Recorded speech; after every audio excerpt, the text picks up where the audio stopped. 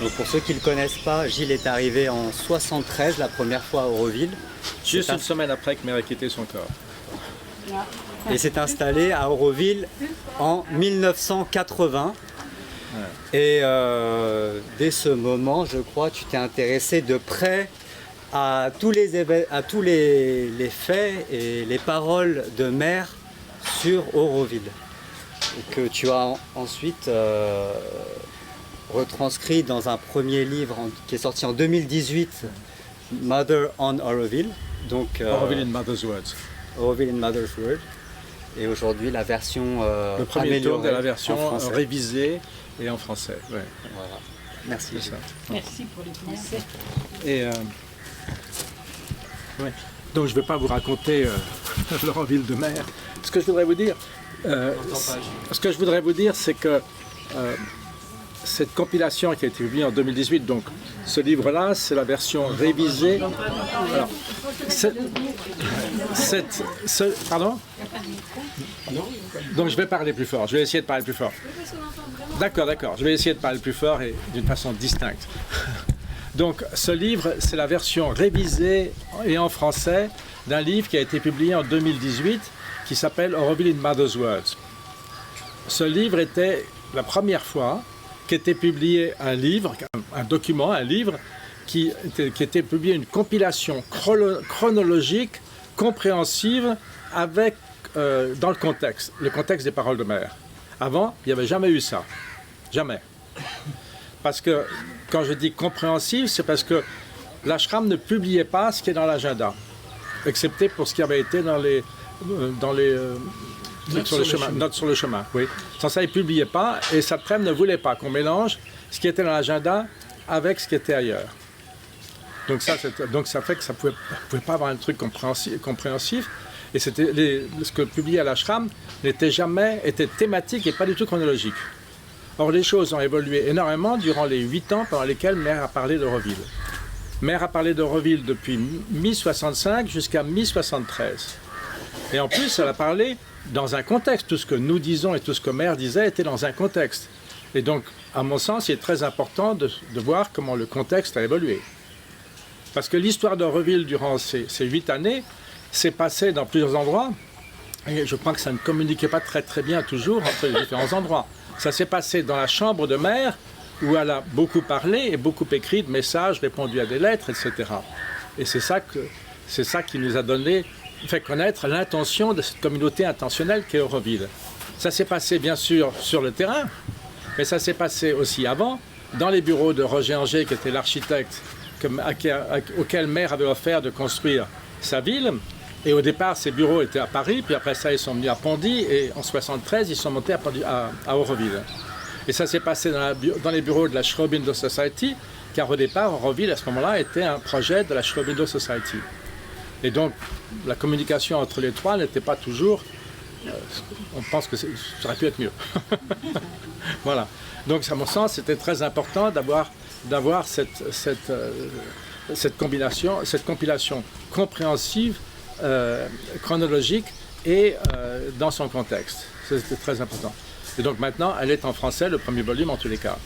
Alors, je ne vais pas vous raconter l'histoire d'Auroville, mais ce que je pense qu'il est important de vous raconter, c'est... je voulais parler de deux choses en fait. Comment Mère opérait avec Auroville. Ça, c'est à mon avis très, très important, et je pense que pas beaucoup de gens savent ça ou le comprennent. Et d'autre part, il y a deux choses qui m'intéressent, c'est ce que Mère a dit pour réaliser l'unité humaine, et comment est-ce que Mère a envoyé à l'UNESCO en 1972 un message dans lequel elle dit « Auroville est fait pour hâter l'avènement de la réalité supramentale sur Terre ». Comment ? Donc ça, c'est deux choses que j'aimerais vous expliquer. Donc, Mère, je pense que c'est le jeune frère de Mère, Barin, qui a posé la question à Sri Aurobindo, qu'est-ce que tu as pensé la première fois, au début, quand tu as vu Mère ? Et il y a 3 personnes qui ont écrit dans leur livre ce que Sri Aurobindo avait dit, c'est Nolini, qui était le disciple le plus ancien, peut-être le plus proche de Sri Aurobindo, Amal Kiran, et Nirod Baran, qui a été son scribe pendant les 12 dernières années de sa vie. Et ils disent que que Sri Aurobindo a dit qu'il n'avait jamais vu quelqu'un qui était si totalement surrendered, abandonné au divin et si entièrement, sans aucune réserve. Et il dit qu'il ne savait pas que c'était possible. Et qu'il a commenté que c'était sans doute seulement les femmes qui avaient cette capacité d'un tel abandon au divin. Et dans leur récit, Nirod Baran et Amal Kiran disent que c'était jusqu'aux dernières cellules du corps. Donc Mère n'opérait pas du tout par le mental, pas du tout. Je me souviens une fois d'avoir entendu, d'avoir vu une vidéo. Il y avait Oudar qui était un disciple très connu qui était très très proche de Mère. Et il y a une jeune femme française qui interviewe Oudar et qui lui dit « Mais Oudar, pourquoi est-ce que Mère a dit ceci ou a fait cela ?» Et Oudar rigole, il lui dit « Cherchez pas de raison, il n'y en a pas de raison. Mère n'opère pas par le mental. » Donc dans certains cas, on peut très bien, par la raison, le mental c'est la raison. Donc on peut dans certains cas tout à fait comprendre pourquoi Mère a fait ceci, cela. Sans ça, je ne sais pas. J'aime toujours raconter l'histoire de Mère qui un jour appelle Oudar et lui dit « Oudar, je veux que tu partes tout de suite, que tu vas à Vellore Hospital, l'hôpital de Vellore, et que tu emmènes cette femme qui a besoin d'y aller tout de suite. Tu vas tout de suite. » Alors pendant que Oudar est en train de se préparer, etc., il y a une autre femme qui lui dit « Est-ce que je peux venir avec vous ?» Oudar lui dit « Oui, pas de problème, venez, venez. » Et en cours de route, cette seconde femme n'a pas arrêté d'embêter Oudar, lui dire « Mais est-ce que vous êtes assuré que le médecin sera là? Comment est-ce que vous pouvez partir sans ça, sans même vous assurer que le médecin sera là ?» Tu vois? Et Oudar lui dit, écoutez, Mère m'a dit pars tout de suite, moi je pars tout de suite. Il savait comment Mère fonctionnait, et il dit je pars tout de suite. Et donc quand ils arrivent à cet hôpital, il monte quelques marches pour arriver à un perron, il monte, et puis il y a un monsieur qui descend, et il lui demande son chemin. Et le type lui dit, vous avez de la chance, c'est moi, et je quittais l'hôpital pour ne pas revenir de la journée. Donc je pense que si on avait demandé à Mère, mais pourquoi est-ce que tu as dit à Oudar de partir tout de suite? Mère dit, je ne sais pas, il faut qu'il parte tout de suite, c'est tout ce que je sais. Mais donc rétrospectivement, on sait pourquoi. Mais Mère elle-même ne le savait pas. Donc je pense que ça, c'est très important de comprendre. Alors, donc l'histoire de Roville, ça commence... Il y a une très longue histoire parce qu'il y a eu beaucoup d'antécédents, etc., sur ce que Sri Aurobindo et Mère ont dit à propos d'une future société idéale à un moment propice, quand la Terre serait prête pour ça. Et... D'ailleurs, en 1954, en août 1954, Mère a publié dans le bulletin un article qui s'appelle « Un rêve », dans lequel il y a trois paragraphes. Le premier paragraphe, qui est de loin le plus long, elle décrit une société idéale. Dans le deuxième paragraphe, elle dit « Mais l'humanité ne possède pas encore la connaissance et le pouvoir de faire que ça soit possible, et c'est pour ça que j'appelle ça un rêve. » C'est-à-dire c'est quelque chose qui n'est pas possible. Voilà. Et donc, 2 ans après, en 1956, il y a la première descente, la première manifestation du supramental sur Terre. Donc, on a l'impression que ça commence à venir, mais Mère, pendant pas mal de temps, elle n'est pas sûre que l'humanité soit vraiment prête à ça. Et en 1957, elle raconte une chose très intéressante. Le 10 juillet 1957, elle parle, c'est dans les entretiens, elle parle à sa classe, des étudiants de l'ashram, mais il y avait aussi des seniors sadhaks, parce que je trouve ça très intéressant. Et elle leur raconte cette conversation que je crois beaucoup d'entre vous connaissent très bien, qui est un monde nouveau est né. C'est pas l'ancien monde qui se réforme, c'est un monde tout à fait nouveau. Et l'ancien monde, il est en train de mourir, et le nouveau monde, il est en train de devenir de plus en plus fort. Il ne se réforme pas l'ancien monde est en train de mourir. Et donc, elle continue à expliquer tout ça, et elle dit, pour ceux qui sont intéressés, pour ceux qui aiment l'aventure, je vous invite à la grande aventure. Et elle dit, où est-ce qu'on va? Je n'en sais rien. Elle dit, le succès est certain, mais je ne sais pas où on va, et il faut tracer une route pas à pas dans l'inexploré. C'est extraordinaire. Donc, si vous n'êtes pas content de ce qui se passe à Orville aujourd'hui, vous étiez prévenu. Elle ne sait pas. Elle dit, je ne sais pas. Et donc, mais si ça vous intéresse, embarquons-nous et advienne que pourra. Donc, en fait, on voit que l'histoire de ne pas pouvoir prévoir à l'avance, de dire c'est une route qui est à tracer pas à pas dans l'inexploré, mais on n'arrête pas de parler de ça. Et Sri Aurobindo aussi. Par exemple, il y a une citation très connue de Sri Aurobindo où, parlant de l'ashram, il dit There was never any preconceived mental plan.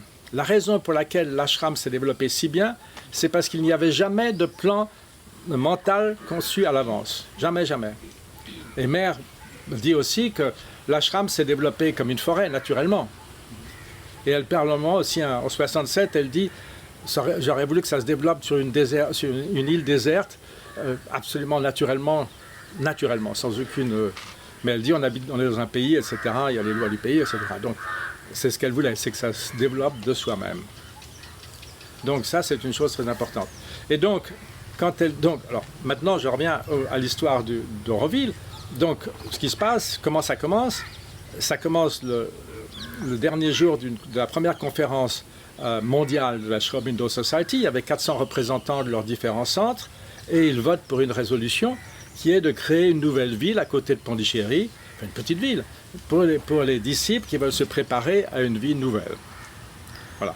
Et en fait, l'idée, c'était qu'il y avait, à cette époque-là, beaucoup de gens qui auraient voulu joindre l'ashram, mais en même temps, pas devenir ashramite, avec toutes les conditions, il y avait des conditions qui étaient très strictes, et qu'elle n'avait pas forcément envie de respecter.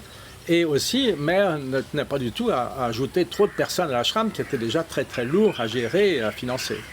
Et donc, l'idée, c'était de créer l'Unida Society, c'était de permettre à ses disciples qui voulaient acheter un terrain à Pondichéry, se construire une petite maison, de dire on va le faire pour vous. On va créer un endroit où vous serez tous ensemble. Donc, ce n'était pas du tout quelque chose d'ambition d'un point de vue spirituel. Et on voit tout à fait au départ, Mère, elle dit à Sadprem, ils ont tout un tas de conférences à Pondichéry, ils disent tous des bêtises, ça pas ce qu'ils disent, et moi ça me donne mal à la tête. Donc elle ne dit pas à Sadprem, oh je suis si content et commence ma ville, c'est pas ça la réaction.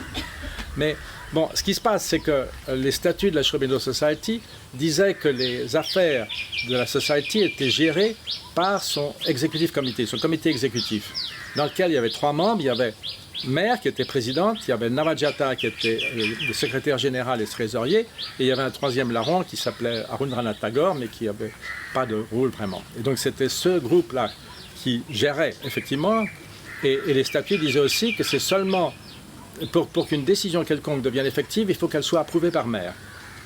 Donc on attendait que Mère donne cette décision, et en fait en octobre 64, il commence à acheter des terrains pour Auroville, et donc Mère a sans doute dû au moins donner cet accord.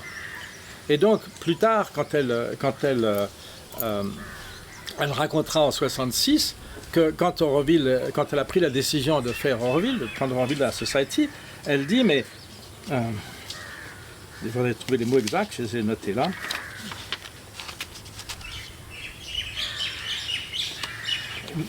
Elle dit qu'il n'y avait aucune formation mentale de ça. Que quand elle a décidé de prendre Auroville, elle n'avait aucune formation mentale. C'est-à-dire qu'en fait, moi ce que je comprends, c'est qu'elle ne savait pas exactement quoi en faire. Et ça ne l'ennuie pas du tout. Parce qu'en même temps, elle dit à Uta, c'est une décision du divin, et le divin... Donc le divin lui a dit de prendre Auroville, de faire Auroville, sans qu'elle sache ce que c'est. Et donc on voit au fur et à mesure qu'elle ne sait pas encore. Et donc... je vais essayer de retrouver, parce que j'ai noté certaines choses, je voudrais préférer les citer correctement.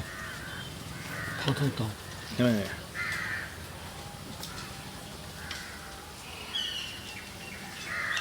Ouais, je pense.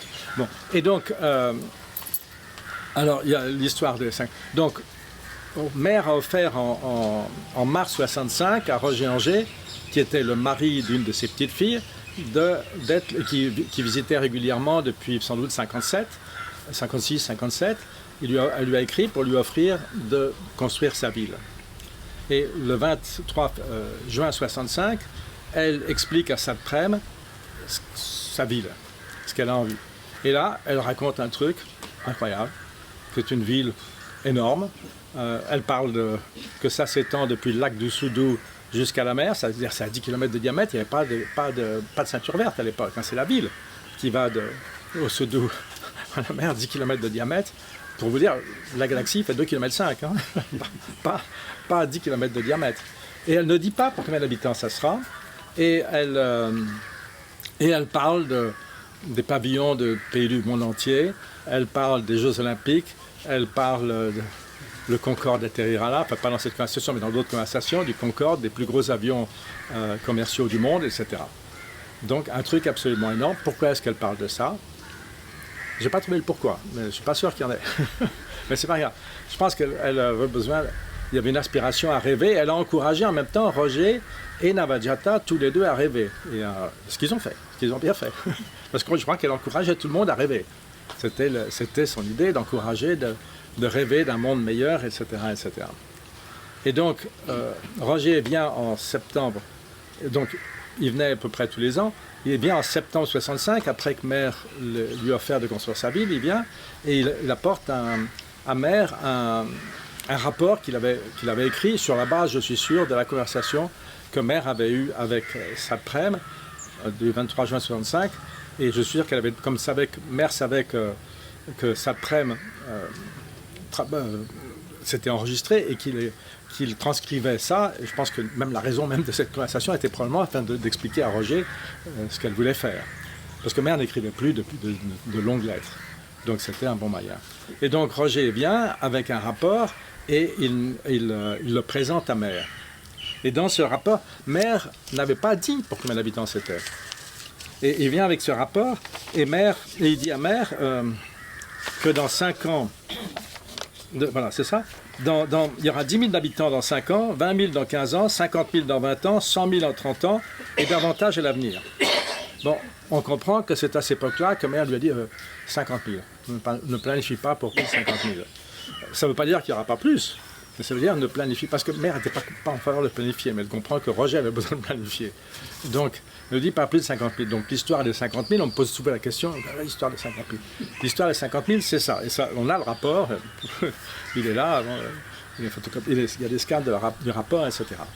Et donc, voilà, on est parti avec ça. Et en 66, à un moment, Sadprem, c'est dans l'agenda, Mère raconte à Sadprem qu'il y a beaucoup de gens qui ont lu son livre, L'aventure de la conscience, et qu'ils veulent venir. Et il y a aussi un article qui est apparu dans Planète, et là encore, il y a des gens qui veulent venir. Et elle dit, ça c'est embêtant. Et elle dit, je les envoie à Auroville. Et elle dit, chose extraordinaire, c'est peut-être ça la raison fondamentale d'être d'Auroville. Autrement dit, ça me permet d'envoyer là les gens dont je ne veux pas l'ashram. Ce qui n'est pas très très glorieux pour Auroville, mais c'est dans l'agenda, vous pouvez le lire. Alors après ça, non, mais c'est pour montrer que c'est une chose qui vient progressivement. Et oui, et donc, j'ai oublié de dire quelque chose. C'est que quand Roger est venu en 65, septembre 65, Mère écrit un message, je crois, parce qu'il a dû lui dire, mais c'est pourquoi Auroville. Et donc Mère écrit ce message dans lequel elle dit que Auroville est une cité universelle, une ville universelle, etc., etc. Et elle dit, le but d'Auroville est l'unité humaine. Alors ça, c'est très important parce que c'est une des choses fondamentales d'Auroville. C'est-à-dire c'est un des buts d'Auroville fondamentaux. Et donc tout ce qui se passe après, il faut être capable de l'expliquer. Si vous avez des idées, comment est-ce que tu expliques ça? Donc l'unité humaine, ce qui est très intéressant, c'est que le jour où elle en a le mieux parlé, c'est en 1912. C'est-à-dire il y a 113 ans. Quand elle habitait encore rue du Val-de-Grâce, à Paris, avec son second mari, et 2 ans avant qu'elle rencontre Sri Aurobindo pour la première fois. Et donc, c'est assez extraordinaire, mais c'est ce qu'elle raconte. Il y avait un groupe de personnes, de chercheurs spirituels, dont elle était une des 2 personnes principales pour mener ce groupe. Et de temps en temps, elle écrivait quelque chose pour ce groupe, pour qu'ils réfléchissent pour la session suivante. Donc ça, on trouve ça dans un livre de Mère qui s'appelle « Paroles d'autrefois ». Les 2 premiers livres dans la collection des Collected Work of the Mother, c'est Prière et méditation et Paroles d'autrefois. Et donc dans ce papier qu'elle écrit, pour ce jour-là, elle dit que la chose la plus importante à faire maintenant, c'est de créer une société idéale, c'est-à-dire spiritualisée, dans un endroit propice. Okay? Et elle dit le but est l'unité humaine. Déjà en 1912. Hein? Et elle explique que 2 transformations sont nécessaires. La première est la transformation, pour réaliser ce but de l'unité humaine. La première transformation, c'est la transformation des individus, afin qu'ils s'identifient de plus en plus avec le divin à l'intérieur d'eux.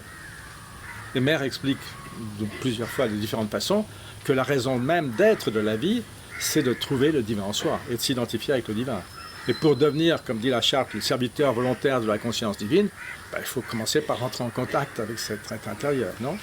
Et donc elle dit, ça c'est la première chose. La deuxième chose, elle dit la transformation de l'environnement social.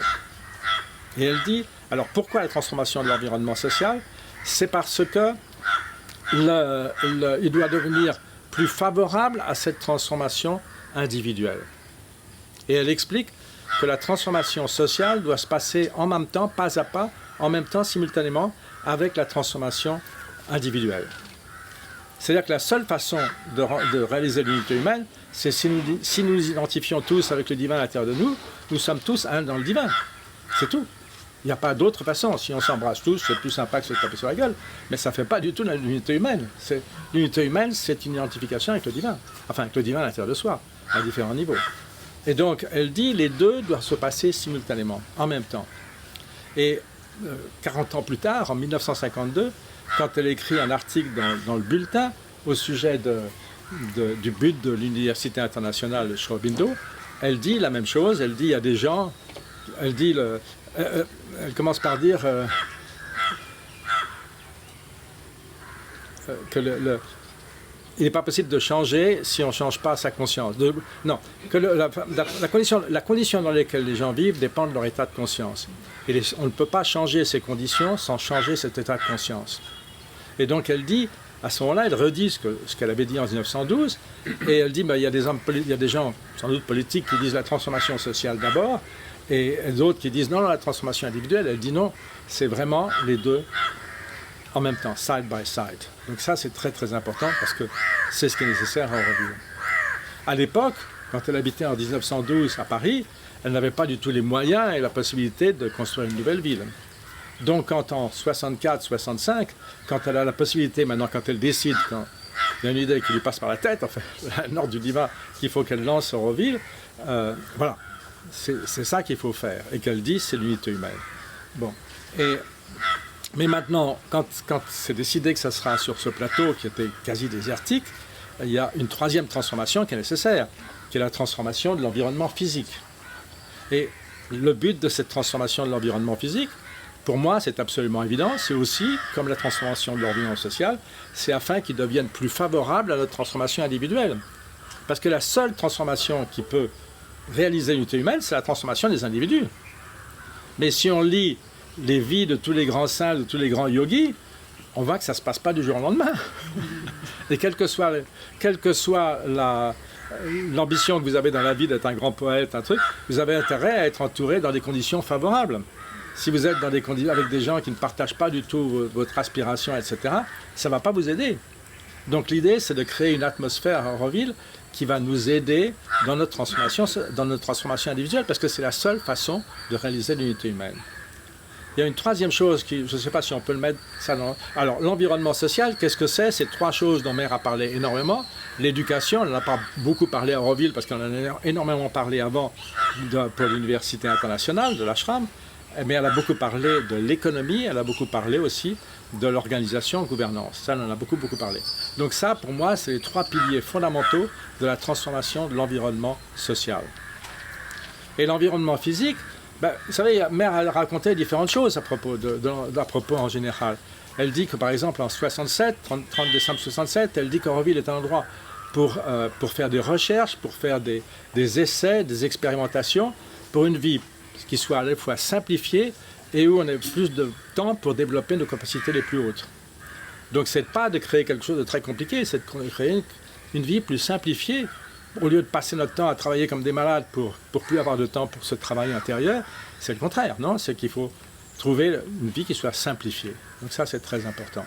Et aussi, de savoir que Mère était une environnementaliste d'avant l'heure. il y a quelque chose qu'elle avait écrit dans l'agenda le 4 octobre 58, où elle dit que c'est un défi qu'elle met aux financiers de ce monde. Avec ce qu'ils font avec l'argent, ils sont en train de transformer la Terre en lune morte. Et que pour faire des choses qui sont totalement inutiles, mais si, en utilisant moins que ce qu'ils utilisent pour faire toutes ces choses inutiles, ils pourraient transformer la Terre en un soleil supramental radiant qui illumine sans brûler. Donc elle était, tous ceux qui ont un peu étudié Mère savaient que c'était elle adorait la nature, etc. etc. Donc c'est très important. Donc ça, c'est un autre critère très très important. Voilà. Et donc, voilà, donc c'est à mon avis d'atteindre le but de l'unité humaine. Je vais vous expliquer en quoi ça consiste. Et qui doit définir comment améliorer l'environnement social, comment améliorer le physique? C'est évidemment des gens qui vivent pour cet idéal et par cet idéal. Ce n'est pas des gens qui vivent pas du tout notre vie et qui ne savent pas ce que ça implique, c'est vraiment pour ça. Et Roger, en fait, parlait beaucoup de ça, de cette nécessité qu'Auroville soit fait par les Aurovilliens. Voilà. Et donc ça, c'est 66. J'étais déjà à 66 pour vous dire, c'est peut-être la raison fondamentale d'Auroville, c'est peut-être pour y envoyer des gens dont je ne veux pas l'ashram. Mais le 21 septembre 66, Mère a une nouvelle idée qui lui vient comme une révélation. Et qui est très intéressante parce que c'est très similaire à ce qui se passe aujourd'hui sur Terre. Elle dit que j'ai un genre de révélation, et elle dit les grandes puissances ont amassé des tas d'armes qu'elles pointent à leurs rivaux, et ça c'est très dangereux parce que ces armées et ces armes veulent être utilisées. Et voyant l'imminence de cette catastrophe, elle dit si au lieu d'empiler ces armes, les grandes puissances pouvaient se mettre d'accord, collaborer et construire quelque chose ensemble, fondé sur la vérité. Elle ne dit pas Auroville, mais c'est évident que ça veut dire Auroville. Et elle dit ça, c'est le dernier espoir d'empêcher un nouveau conflit mondial. C'est le dernier espoir d'empêcher un nouveau conflit mondial, si les puissances pouvaient s'entendre et faire ça ensemble.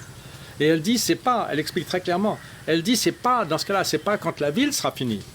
Elle dit, quand la ville sera finie, ça sera une ville comme les autres, parce qu'il n'y a pas cette chose spirituelle. Elle dit, c'est le fait que ces grandes puissances se mettent ensemble, au lieu d'empiler ces armes, et décident de collaborer ensemble pour créer quelque chose de fondé sur la vérité. Disons ça, donc c'est ça cette chose qui est importante. C'est pas nous, c'est les grandes puissances qui empilent ces armes, il faut qu'elles fassent autre chose, il faut qu'elles collaborent. Alors ça, c'est ce qu'elle dit le 21 septembre 66. En 68, on verra qu'elle a une autre idée, et qu'elle dit, pendant quelques temps, ça faisait pendant 1 an et demi, qu'elle a eu cette idée, et que maintenant elle trouvait que c'était une vision, une idée superficielle. Donc c'est pas ça.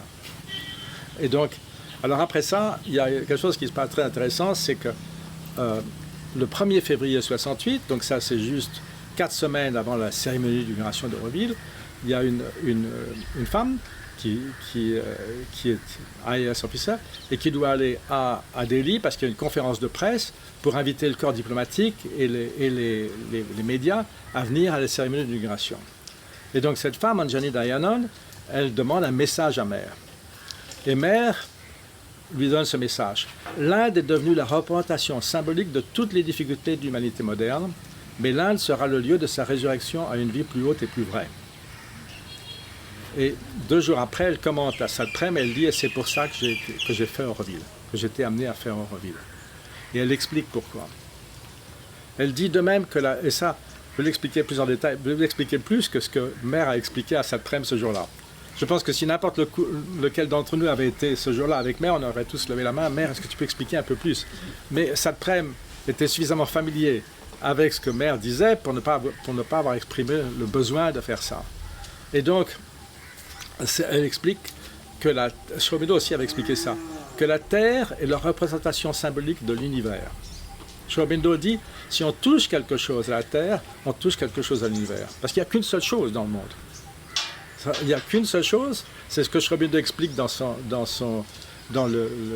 qu'il a écrit en 1934, je crois, sur son enseignement, qui dit que son enseignement commence avec celui des anciens sages de l'Inde, qui avaient réalisé que derrière les apparences, il n'y a qu'une seule chose, que dans tout l'univers, il n'y a qu'une seule chose, qui est Brahman, le divin. Il n'y a rien d'autre.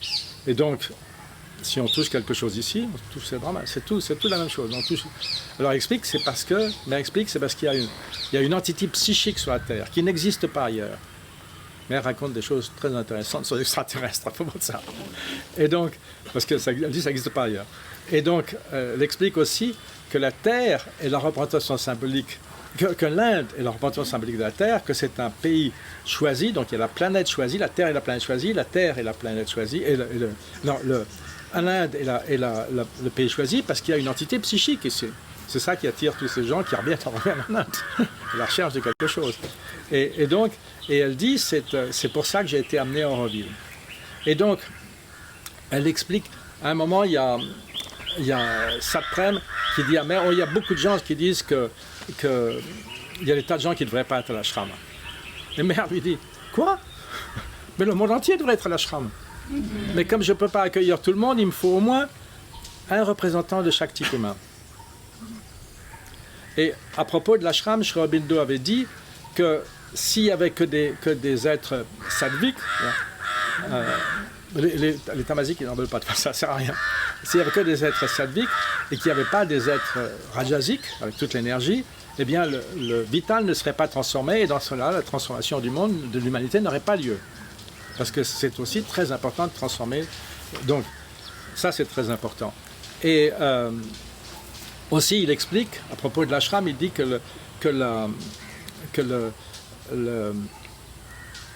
il dit que si quelqu'un à l'ashram d'un type particulier, il n'a pas parlé d'Auroville bien sûr, parce que c'était avant, et si quelqu'un à l'ashram d'un type particulier pouvait se transformer, eh bien les gens du même type humain seraient aussi transformés.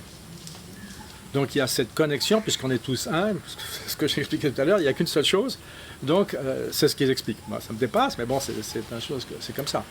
Et donc il raconte ça. Et donc j'ai cherché aussi à savoir, et Sri Aurobindo dit que vous savez que Sri Aurobindo en 1920 écrit à son frère, son jeune frère Barin, c'était juste avant que Mère revienne pour de bon à l'ashram, à Pondichéry, il écrit que son intention est de créer une Deva Sangha. Et il dit, j'ai pas besoin de plus que 100 personnes, mais 100 personnes sans ego, etc.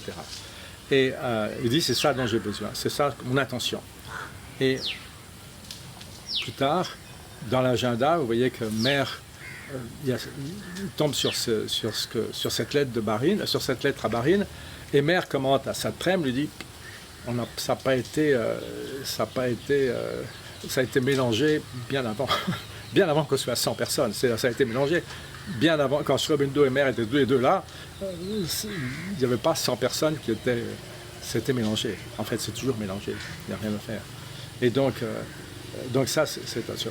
Et aussi, Sri Aurobindo dit, alors à propos de l'ashram, et autre part, plus tard, il y a un disciple, ça c'est pas daté, mais on le trouve dans les livres de Sri Aurobindo, il y a un disciple qui fait référence, qui parlant de l'ashram, fait référence à une Deva Sangha. Et Sri Aurobindo lui dit, non, qui a dit ça? Moi, j'ai jamais dit ça. Il avait dit qu'il avait l'intention de faire ça, mais c'est pas ça qu'il a fait. Et il dit, non, l'ashram n'est pas une Deva Sangha, c'est pas une illustration de la perfection, c'est un field of transformation, c'est un champ de transformation. Et Auroville aussi est un champ de transformation où des gens de tout genre viennent ici pour se transformer. Et que si nous pouvons nous transformer, eh bien, à travers nous, l'humanité est transformée. C'est ça. C'est absolument ça qu'il explique. Et Sri Aurobindo explique il dit l'ashram est an epitome of all the difficulties of India, of all what has to be transformed in India. C'est une représentation symbolique de tout ce qui doit changer dans l'Inde. Il me semble évident que la raison pour laquelle Mère, parce que l'ashram est finalement très indien, et que Mère a décidé de faire Auroville comme une cité internationale, etc., pour que ça soit un épitome, une représentation symbolique de toutes les difficultés de l'humanité, afin que si nous parvenons à les transformer ici, qu'elles soient transformées pour l'humanité. Vous voyez un peu. Et alors, Nolini explique ça très bien. Il explique, il renforce ça parce qu'il dit qu'il avait compris de Mère, donc il explique très bien cette chose-là. Et à propos de cette chose, de cette connexion qu'il y a entre différents individus, vous savez qu'il y avait, vous connaissez l'existence de Golconda, qui est ce très beau bâtiment à Pondichéry, un guest house qui a été conçu par 3 architectes, et 2 étaient tchèques. Et en 1938, quand Hitler a envahi la Tchécoslovaquie, ces 2 architectes ont dit à Mère qu'ils voulaient aller défendre leur pays. Et Mère leur a dit non, il ne faut pas que vous alliez là, d'abord vous n'allez sans doute pas y arriver, et si vous y arrivez à aller, vous serez sans doute tué ou mis en prison. Donc ce n'est pas une très bonne affaire, mais j'ai besoin, si vous restez ici, par contre, à travers vous, je peux aider votre pays. qui est assez extraordinaire. Aussi, il y a beaucoup de gens connaissent, ont entendu parler de Tara Johar, dont le père, qui s'appelait Surendranath Johar, avait créé, avec le support entièrement de Mère, avait créé la branche de Delhi du Sri Aurobindo Ashram. Et à un moment, il écrit à Mère, « Oh, je suis ravi, j'ai décidé, ça y est, je me débarrasse de mon business et je viens vivre auprès de toi à Pondichéry. » Et Mère lui répond tout de suite, « Non, fais pas ça. C'est à travers toi que j'essaie de transformer les gens qui font du business, donc reste là. » Donc vous voyez cette correspondance. Aussi, quand Mère explique aux enfants de l'ashram, aux élèves de l'ashram, l'idée d'avoir des différents types humains ici, elle dit, pour répondre à une question, elle dit, Mère lui dit, mais pourquoi tu as ce genre de gens-là, etc. Et Mère lui dit, mais ils ont encore besoin, encore plus que toi, de se changer. Donc c'est vraiment un endroit, pour un chaudron, où Mère nous a donné deux idéaux extraordinaires, l'unité humaine et la paix sur Terre, plus en plus de hâter l'avènement de la réalité supramentale sur Terre, à des gens ordinaires, c'est ça que nous sommes. Et je ne sais pas comment elle a fait, mais elle a vraiment collectionné une sacrée collection de gens de différentes cultures et de différents tempéraments. Ça, je veux dire, chapeau, moi je ne sais pas comment elle a fait ça. Hein. Elle nous a attirés. On pensait qu'on allait construire une grosse ville. Alors que c'est nous qu'il fallait construire. Voilà. Et donc ça, c'est pour moi une chose très très intéressante. Et, mais je ne sais pas, j'ai encore beaucoup de temps ou pas? Où est-ce qu'il est? J'ai encore beaucoup de temps ou est-ce que c'est le moment pour que c'est... Tu as causé 36 minutes. Comment? Tu as causé 36 minutes. 36 minutes. Ben, il est peut-être temps qu'on passe aux questions. Qu'est-ce que vous voulez? Je peux répondre, si vous avez des questions, je suis très content de répondre. Moi, est-ce que Oui. vous pouvez répéter les trois changements sur l'environnement social? L'environnement social, c'est évident. Mère n'a pas dit comme ça. Hein. Elle a juste parlé, en 1912, elle parle simplement de la transformation de l'environnement social. Mais quand elle a fait à l'ashram, dans les années 50,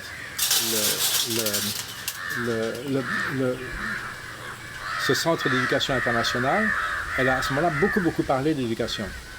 Et elle a commencé une école à l'ashram, puis une université, etc. Donc elle a parlé beaucoup de ça. Donc l'éducation est évidemment, parce que dans n'importe quel pays du monde, n'importe quel endroit du monde, l'éducation est le futur des enfants. Le futur d'une société dépend entièrement de la façon dont on éduque les enfants. Ensuite, c'est l'économie. Mère a parlé d'une économie qui est beaucoup plus très très différente, parce que beaucoup de gens dans le monde ont l'impression que normalement, l'économie devrait être au service de la société, alors que ça a l'air d'être l'inverse maintenant. Donc il y a des choses qui sont un peu travers. Et l'autre chose, c'est l'organisation, la gouvernance. Parce que Mère dit, ce n'est pas gouverner, c'est organiser. Donc c'est les deux. Donc elle voulait que l'environnement, que l'organisation en Auroville soit telle que chacun trouve sa place naturellement. On n'a pas besoin de dire, toi tu vas là, toi tu vas là. Non, c'est que naturellement, suivant notre inclination, on aille là, et que suivant le reste de notre capacité à prendre des responsabilités et à bien les prendre, ben, naturellement, on se retrouve avec davantage de responsabilités. Voilà. Et donc, c'est ça. Et elle voulait aussi que les décisions soient prises par la conscience la plus haute, qui soit disponible. C'est là que nous avons un petit problème, pour dire un petit, parce que soit on n'a pas reconnu des gens qu'on considère qu'on a été trop bêtes, soit ils ne sont pas là. Donc c'est ça le gros problème, mais c'est le problème de l'humanité. Hein. Voilà. Donc c'est ça pour moi les trois piliers fondamentaux d'un environnement social qui est différent. Ouais. Je me suis toujours posé une question quant à l'économie. Ouais.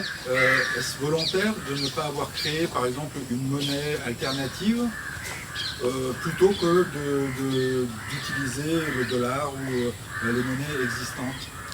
C'est-à-dire que... Est-ce que la transformation ne passait pas aussi par là? Alors, en décembre 65, il y a quelqu'un qui s'appelle Gilbert Gaucher qui avait écrit un questionnaire pour Mère sur lequel il avait préparé des réponses. Je pense qu'il avait dû parler avec Mère et Mère avait dû dire oui, fais ça. Et donc,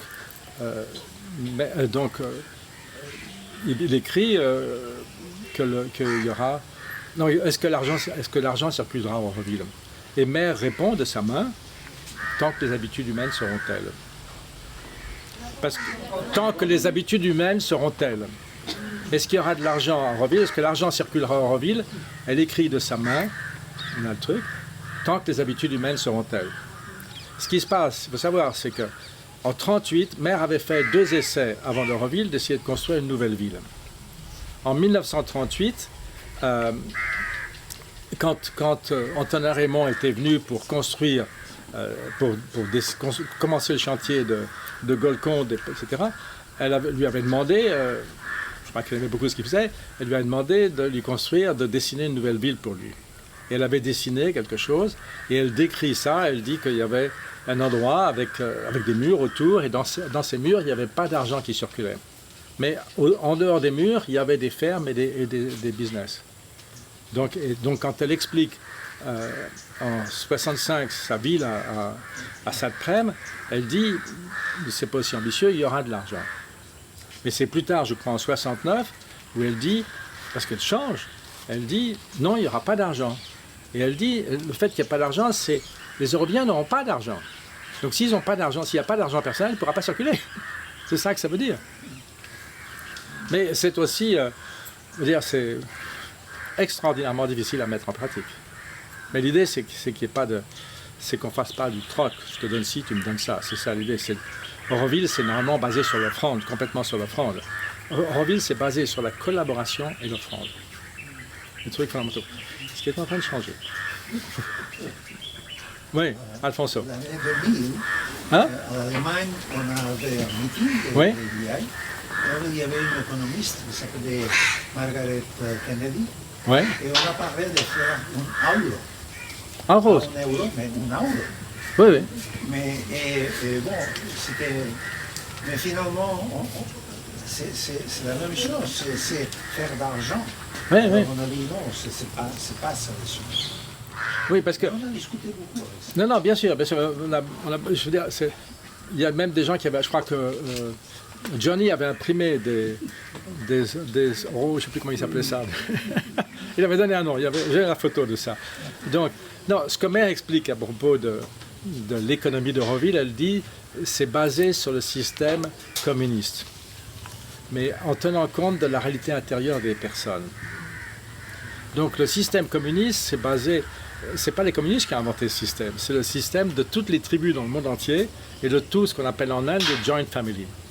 C'est-à-dire que la propriété est collective et que chacun doit apporter sa contribution suivant ses possibilités. Je veux dire, les jeunes qui sont guerriers, qui sont chasseurs, c'est eux qui vont à la chasse, bien sûr, et les vieux, ils vont peut-être réparer des tentes ou je sais pas quoi. Mais je veux dire, chacun fait ce qu'il peut et à chacun, de chacun, selon ses possibilités et à chacun suivant ses besoins. Ça, c'est un idéal très beau, mais il faut avoir la conscience pour pouvoir le mettre en place. Et l'humanité n'a pas ça. Et les communistes ont essayé d'imposer par la force ça sur des populations entières qui n'avaient pas la conscience du tout pour faire ça. Donc c'est ça le grand problème. Mais ça reste l'idéal, sûrement, oui. Mais il faut un différent état de conscience. Il faut cultiver le fait d'aimer offrir. Et sans dire, tu me donnes ça. Non, je donne. C'est donner. Comme on dit aussi quelquefois en anglais, on dit pass it forward. Tu vois. Moi, je te donne et puis tu donneras à quelqu'un d'autre. Voilà, tu n'es pas obligé de me rendre. Comment? C'est l'économie du don. L'économie du don, c'est ça. C'est l'économie du don. En revient, c'est l'économie du don. C'est pas je te donne tant d'euros ou tant d'euros. c'est pas ça. C'est pas ça, mais c'est facile à dire. Hein. C'est beaucoup plus difficile à faire, surtout quand on a à faire. Maintenant, c'est un peu différent quand même. Mais au départ d'Auroville, il y avait des gens qui avaient de l'argent, qui avaient un petit peu d'argent. Il y avait certains qui avaient un peu plus. Mais les villageois autour étaient extrêmement pauvres. Donc c'est très, très... Je veux dire, c'est un idéal fantastique, mais...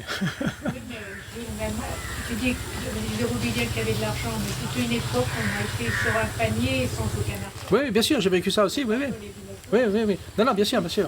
Bien sûr, mais en même temps, je ne crois pas qu'il y ait beaucoup de gens qui veulent retourner à cette situation-là. Oui, je sais. On avait tout donné. Oui, je sais, quelquefois, moi je faisais des enveloppes à un moment, tu vois, dans les années 80, je m'occupais des enveloppes, une petite mallette en plastique qui avait l'argent de la communauté pour toute la semaine.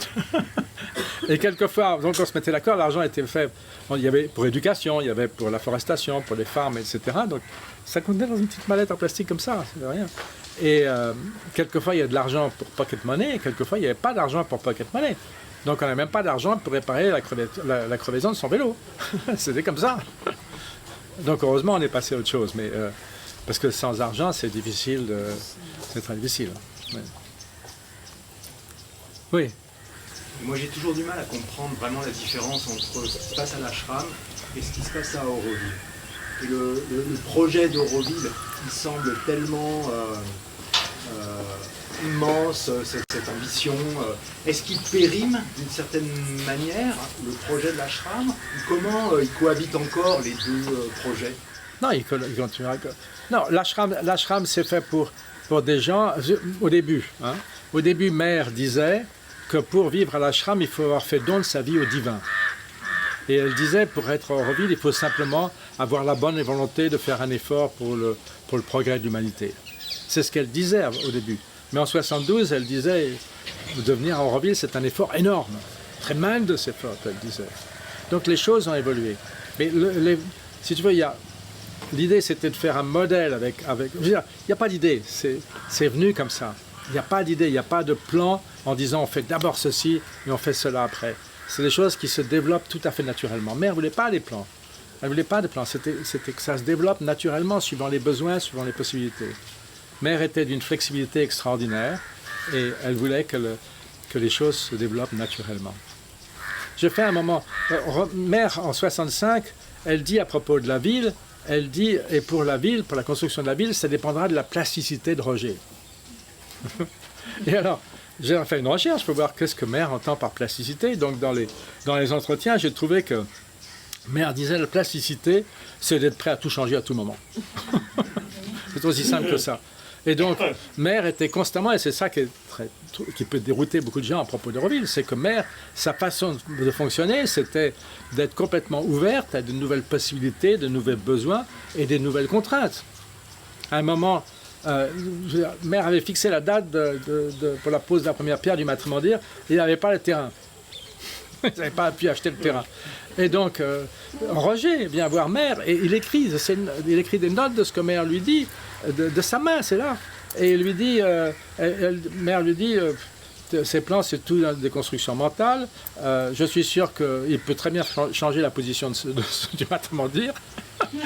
Et je suis sûr que si je montais là-haut, je trouverais quelqu'un qui serait très content de vendre son terrain. Donc Mère était je veux dire, le bagnotri était là, l'urne était là, et elle était prêt à le faire ailleurs. Tu comprends? On ne peut pas le faire comme ceci, on le fera comme cela. Mère, c'est comme ça. Il faut bien savoir, c'est comme ça, c'est pas du tout... Ça, c'est épouvantable. Il n'y a pas la fixité du truc mental. Tout ce qui est mental, c'est en anglais « worthless », ça vaut rien pour Mère. Elle le dit tout le temps. Oui? Quand tu parlais du début de Navajata, oui. Quand on voit comment les choses ont tourné, est-ce que c'est pas Mère devrait bien savoir qui était Navajata au fond de lui et qu'il allait peut-être créer des problèmes dans le développement de la ville pour lui mettre à l'épreuve et peut-être passer tout ça, je ne sais pas. Mais Mère faisait avec qui était là. Elle faisait avec qui était là. Et les différentes personnes avaient des talents assez extraordinaires. Navajata avait un talent extraordinaire pour retrouver de l'argent. Un talent extraordinaire. Je veux dire, Frédéric m'a raconté qu'une fois, je ne sais pas, il était dans une ville quelconque, et il avait besoin d'argent, et Navajata lui dit, attends, je vais trouver de l'argent, je crois qu'il va chercher l'annuaire téléphonique, il trouve quelqu'un, il lui téléphone. Non, je veux dire, non, il avait ce talent extraordinaire. Mais, alors, ce qu'il faut savoir, c'est qu'il y a deux tournants importants dans Auroville, c'est-à-dire que jusque début 70, il y avait deux mères s'occupaient d'Auroville à travers deux personnes. À travers Navajata, qui était le secrétaire général de la Shromelo Society. Auroville était un projet de la Shromelo Society. Et pour tout le développement futur avec Roger. S'occupait uniquement avec deux personnes. Bon, il s'est passé plusieurs choses avec Navajata, qui n'ont pas plu du tout à Mère, et qui n'ont pas plu à Roger aussi. Et donc, parce que il a, à un moment, Anjani Dayanand, qui était un IAS officer dans le gouvernement de Madras, avait obtenu du Chief Minister du Tamil Nadu qu'il fasse l'acquisition des terres pour Auroville. Tu vois, parce que c'est la question d'acquérir, d'exproprier des gens, c'est la responsabilité du gouvernement de l'État, pas du gouvernement central. Le gouvernement central ne peut pas le faire. C'est seulement le gouvernement de l'État. Et donc, il avait convaincu le chief minister, Bakhtar Barsalan à l'époque, qui était du Congrès, de faire ça. Et puis il a dit non, je vais faire ça plus vite sans ça. Et il a dit non, je ne veux pas. Et quand Navajata. Et quand Mère a appris ça, elle était furieuse. Il n'a même pas parlé. Donc tu vois, on n'a toujours pas la terre. Bon, ça ne veut pas dire qu'on l'aurait eu, mais je veux dire. Et donc l'autre chose, c'est qu'en 69, il y avait la possibilité d'avoir une bourse importante pour le planning séquentiel d'Euroville. Roger s'occupait du planning spatial. Le planning séquentiel, c'est est-ce qu'on construit les égouts d'abord, ou les routes, ou les appartements, qu'est-ce qu'on fait, dans quel ordre. C'est un planning séquentiel, ça existe pour construire une voiture, construire un avion, pour n'importe quelle chose. Donc ça se fait par ordinateur. Et donc la Ford Foundation avait dit qu'elle était intéressée de financer une organisation qui était à Los Angeles. Et donc, ça avait l'air sûr. Et donc, les deux frères Intosha avaient parlé avec Mère, ils avaient rencontré cet Américain Sidney Firstman, qui était apparemment adorable, extraordinaire. Tout ça, ça marchait très bien. Donc Roger, André Morisset, le fils de Mère, les deux frères Intosha et Sidney Firstman s'étaient rencontrés à Paris, tout allait bien. Ils ont dit, les deux frères Intosha, en collaborant avec Roger, ils vont faire le projet. Et donc, en 69, Mère signe le projet en tant que président de la Society. Maintenant, il n'y a pas eu l'argent. Pourquoi? Parce que Navajata avait envoyé une autre proposition, faite d'une façon tout à fait conventionnelle par une compagnie à Calcutta, en signant General Secretary de la Society. Donc, évidemment, la Ford Foundation a dit, écoutez, mettez-vous d'accord, on ne peut pas financer un truc comme ça. C'est évident, tout le monde aurait dit ça. Donc, Mère, écoutant Roger, elle a décidé de créer le comité administratif d'Euroville. Et donc, à partir de mars 70, il y a eu un comité administratif d'Euroville dans lequel il y avait 8 membres qui étaient tous les 8 nommés par Mère. Donc, il y avait André Morisset, le fils de Mère, il y avait Roger, il y avait Prem Malik, il y avait Navajata, bien sûr, il y avait Dayanand avec sa femme, et il y avait... comment il s'appelle Shamsundar. Non, pas Shamsundar. Shamsundar était uniquement pour les affaires légales. Non, il y avait Laljibai et son fils Suresh. Laljibai Intosha et son fils Suresh. Donc voilà. Et donc il crée différents comités sous ça. Et il y a un comité pour les industries, essayer d'amener les industries. Il y a un comité pour la construction. Enfin, il y a différents comités, un comité économique qui fonctionne là-dessus. À la fin, début 71, Mère vire tout ça en disant plus de comité, plus de bavardage inutile. Et elle remplace ça par Shamsundar à ce moment-là. Et pour les 3 dernières années, 71, 72, 73, Shamsundar est en charge d'Euroville. Elle écrit d'ailleurs, elle lui dit pour tout ce qui concerne les Euroviens et Euroville, il faut le faire en consultation avec Shamsundar, à qui j'ai donné la responsabilité d'Euroville. Ok? Donc Navajata, il est mis à côté. Du coup, il ne cherche plus à trouver de l'argent. C'est comme ça, les êtres humains. Et donc, j'ai oublié de dire que en 70, donc, Mère dit qu'elle veut que les chèques d'Euroville soient signés par au moins 2 de 4 personnes. Les 4 personnes, c'est son fils, Roger, Navajata et Shamsundar. Et à ce moment-là, son fils lui dit, mais Roger... et elle voulait qu'il y ait un Indien et un Français qui signe au moins à chaque fois. Parce qu'elle voulait équilibrer. Et son fils lui dit, mais Mère, maman, il lui dit, souvent je suis pas là et Roger aussi, donc qu'est-ce qui se passe? Donc il est obligé d'accepter que c'est juste les deux là. Et donc après ça, il y a un peu plus tard, il y a un Américain que certains d'entre nous connaissent bien, qui s'appelle Roger Toll, et qui pose la question à MP Pandit, non, MP Pandit, je crois. Oui, je crois que c'était MP Pandit. Pose la question de dire, mais pourquoi, parmi tous les disciples, Mère a-t-elle demandé à Shamsundar? Et Mère répond à Pandit, elle lui dit, mon fils André est trop vieux, Navajata ne peut pas comprendre Auroville. Roger est impossible, mais Shyam-Sundar a un défaut, mais je peux m'en accommoder. Et ça, vous le trouvez dans le livre de Shyam-Sundar, qui s'appelle Down Memory Lane, c'est là que je l'ai trouvé.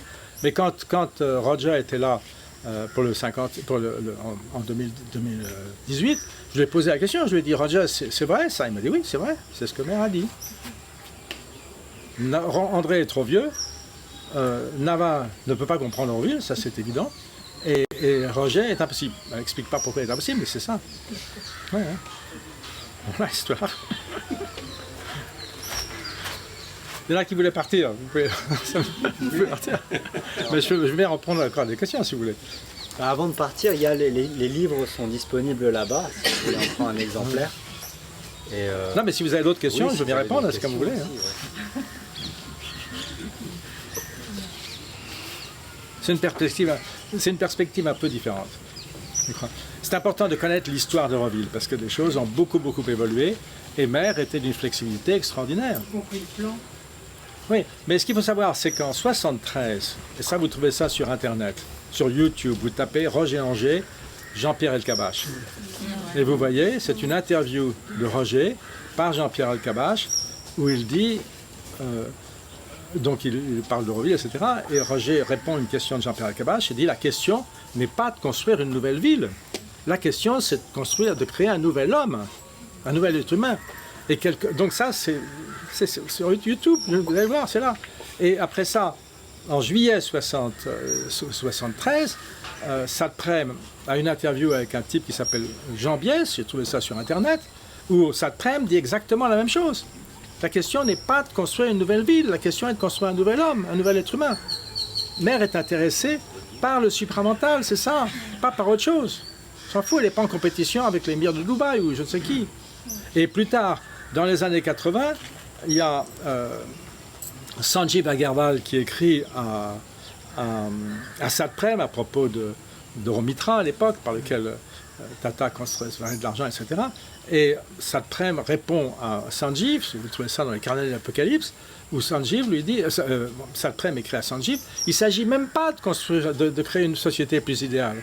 Il s'agit de créer un être humain différent. Et ça, il faut bien se rendre compte de ça. Oui, elle nous pose la question, est-ce que Mère serait contente des changements aujourd'hui? Non.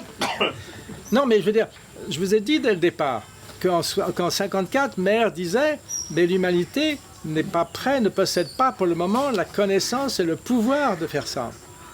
Mais le yoga, on peut le faire dans n'importe quelle circonstance, même sur le champ de bataille. Hein. On peut le faire en Ukraine. Non, mais c'est vrai, je veux dire, c'est... Non, c'est si vous voulez, la concrétisation de cette unité humaine ici, dans les proches, je ne vois pas très bien. Mais vous savez, c'est aussi, il y a un poème de Sri Aurobindo, The Hour of the Unexpected, non? Le moment de l'inattendu. C'est aussi, on ne sait pas. Mais c'est sûr que, je veux dire, regardez ce qui se passe. Je vous ai expliqué tout à l'heure que la Mère disait qu'elle parlait d'Auroville comme étant la représentation symbolique de ce qui se passe dans la Terre. Regardez, ça marche dans les deux sens. Hein. Ça marche dans les deux sens. Et que l'état de la Terre est extrêmement sérieux. Extrêmement sérieux. Et je pense que si Mère est plus préoccupée par l'état de la Terre que par notre état, je crois. Si ça fait 50 ans qu'on nous dit que le Père Noël existe et que je viens te raconter non, il n'existe pas, tu ne me croiras pas du jour au lendemain. C'est un peu ça. Et ce qui s'est passé, c'est que, oui, Roger a dit ça au Nouvel An 73. Le 18 décembre 75, il écrit une lettre en disant qu'il se retire d'Auroville. Il se retire de toutes les activités d'Auroville. Okay? Parce qu'il n'y avait plus d'argent, parce qu'il avait été attaqué par un certain nombre de gens pour des choses qui n'étaient pas justes. En fait, il était très frustré de ça, donc il est parti, il a quitté Auroville.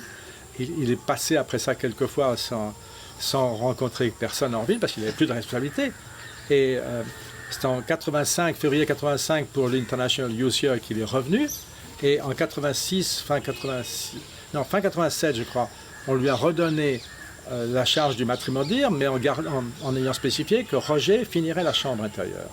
Non, que Pierrot. Que Pierrot finirait la chambre intérieure. Et début 68, ses amis ont pris le planning qu'on avait recommencé. Et en 96, dans une interview à Luigi Ariamani, je suis désolé de dire ça, mais dans une interview à Luigi Ariamani, il dit « On est là pour construire une ville, qu'est-ce qu'on est là pour faire d'autre ?» Il dit aussi d'une façon extraordinaire, mais on n'a jamais dit qu'on était là pour faire le yoga intégral de Shrobindo. Donc, je ne sais pas, il y a quelque chose qui était parti là. 96, interview de... Non, parce que le message des Eurovignons, quand tu venais avant, il était clair. Il était très clair, c'était très clair. C'est très clair. On n'avait pas toutes les choses. Non. Mais bon, c'est... Oui? Ouais, quelle place prend Auroville à la fin de la vie de maire? Ça devient quelque chose qui l'occupe beaucoup ou ça reste un projet parmi d'autres? La mère n'est pas là. La mère continue à s'occuper d'Auroville, mais la mère elle aurait eu 96 ans. Si elle avait vécu 3 mois de plus, elle aurait eu 96 ans. Hein? Et elle ne sortait plus de sa chambre depuis 62, de sa chambre au second étage. Elle entendait très mal. Et aussi, plusieurs fois, dans les dernières années, 70, il y a des gens qui lui posent des questions et mère répond « Je ne peux plus le dire mentalement, je ne peux que donner intérieurement. » Donc, elle n'était plus capable d'exprimer clairement. Elle était pour moi, son pouvoir n'avait pas changé du tout. Mais son pouvoir était un pouvoir intérieur et que les gens pouvaient recevoir ou ne recevaient pas. Ça dépendait de leur réceptivité. C'est bon, je vais parler d'Akhenaton. Ok. Alors, ça se passe il y a 33 siècles. Ok. 3300 ans. Il y a 3300 ans, il y a un pharaon qui s'appelait Amenophis IV, si je me souviens bien. Sa mère était la reine T-Y-E, ça dépend, c'est pas écrit dans le caractère actuel. Ok, mais généralement c'est écrit comme ça. Et mère disait qu'elle avait été la reine T, qu'elle avait aussi été la reine Hatshepsut à un autre moment, la reine égyptienne. Hein? Et donc, donc il y a effectivement, donc ce qu'on sait d'Amenophis IV, c'est qu'il a changé son nom, qu'il a pris le nom d'Akhenaton, c'est ça? D'Akhenaton, et qu'il a voulu transformer la religion de son pays pour la transformer en une religion monothéiste. Et donc c'est l'adoration du dieu, du soleil, etc. Et il a construit une ville, qui maintenant s'appelle Amarna, enfin ça a été démoli, qui s'appelait Akhetaton, ce qui veut dire horizon d'Aton. Okay? Et plusieurs Eurobiliens avaient remarqué qu'il y avait beaucoup de similarités dans ce qui a été écrit à propos de cette ville d'Égypte il y a 33 siècles et ce que Mère voulait faire. Alors il se trouve que moi, une de mes amies, qui m'a écrit aujourd'hui, m'a donné un petit brochure d'une ville qui s'appelait, que Mère voulait faire en 1956, qui s'appelait New Horizon, Nouveau Horizon. Et qui était supposé être pour le centre éducatif, le centre universitaire sur Aurobindo, à côté du lac de Osudou. Voilà. Et donc il y a eu dans Auroville Today, il y a eu plusieurs articles de différents Eurobiliens parlant, disant « Regardez, il y a ce truc, cette correspondance, etc. » Et donc ils ne savaient pas que 33 siècles plus tard, Mère a fait une nouvelle expérience qu'elle appelle New Creation, New Horizon, pardon. Donc c'est assez particulier. Je vais juste terminer. Mais alors, ce qui est intéressant, c'est que Tanmaya, ayant lu ça dans Auroville Today, il a écrit à Auroville Today en disant que Tanmaya était un Français qui dirigeait le groupe du progrès, du libre progrès à la Chambre où tu étais. Et donc, il dirigeait le libre progrès. Et donc, il dit qu'il a lu ça et qu'il avait parlé de ça avec Mère. Ça, c'est très intéressant. Qu'il avait parlé de ça avec Mère et que Mère lui avait dit oui, c'était prématuré, mais c'était très important que cette expérience soit faite à ce moment-là, parce que c'est pour que ça reste dans la psyché des gens de cette époque-là, dans cet endroit-là. Je pense que beaucoup de gens savent que le symbole de Shrobindo, un symbole très similaire à celui de Shrobindo, a été utilisé par Max Théon, qui était l'instructeur d'occultisme de Mère, pour son truc de la société cosmique, on s'appelait la tradition cosmique. Alors c'était un triangle qui était... Il y avait les deux triangles, mais les triangles étaient des triangles rectangles, qui avaient un angle droit au sommet. Il y avait le carré, et il y avait de l'eau avec un lotus. Mais c'était pas fait. Le symbole quand Mère a modifié ce symbole pour le donner à Shrobindo, elle a fait quelque chose qui est comme ça. Il y a un carré, il y a deux triangles, il y a 3 feuilles de lotus sur l'eau, il y a 4, 5 et 6 pétales de lotus dans 3 plans différents, et il y a 7 lignes pour l'eau. Donc, dans le symbole que Shrobindo a eu, il y a eu 3 versions différentes. Au départ, les 2 premiers exemples, c'était des triangles équilatéraux. Et en 62, et dans tous les cas, c'était 1, 2, 3, 4, 5, 6, 7. Et donc, il y avait le carré, les 7 trucs. Donc, parce que dans le symbole de Théon, le triangle était rectangle. Maintenant, dans les 2 premiers symboles de Shrobindo, c'est des triangles équilatéraux. Et dans le dernier symbole qui est adopté en 62, qui avait été dessiné par Pavitra, les triangles sont basés sur le triangle d'or, c'est-à-dire sur la section de la pyramide de Gizeh. Parce qu'elle est basée sur les proportions d'or, le golden proportion. Voilà. Et alors, donc quelqu'un que je connais est allé voir le fils de Pascal de Thémandis, qui était l'agent de Théon en France, qui était en Israël, et lui a demandé mais pourquoi, qu'est-ce que ça symbolise le symbole de Théon? Et il disait ça symbole 3 cultures très anciennes, c'est toute la culture du croissant fertile avec le triangle de David, le triangle c'est le symbole de David, mais que vous trouvez en Inde, que vous trouvez dans les mosquées, etc. Et l'ancienne civilisation égyptienne, parce que le carré c'est la base de la pyramide, le triangle c'est la section de la pyramide, et l'eau avec le lotus c'est l'Inde. Et ça c'est les 3 premières plus grandes civilisations mondiales, qui avaient certainement des échanges. Donc c'est tout connecté. Mais moi je serais intéressé à voir ce que vous avez, si vous pouvez me donner par écrit. Yeah.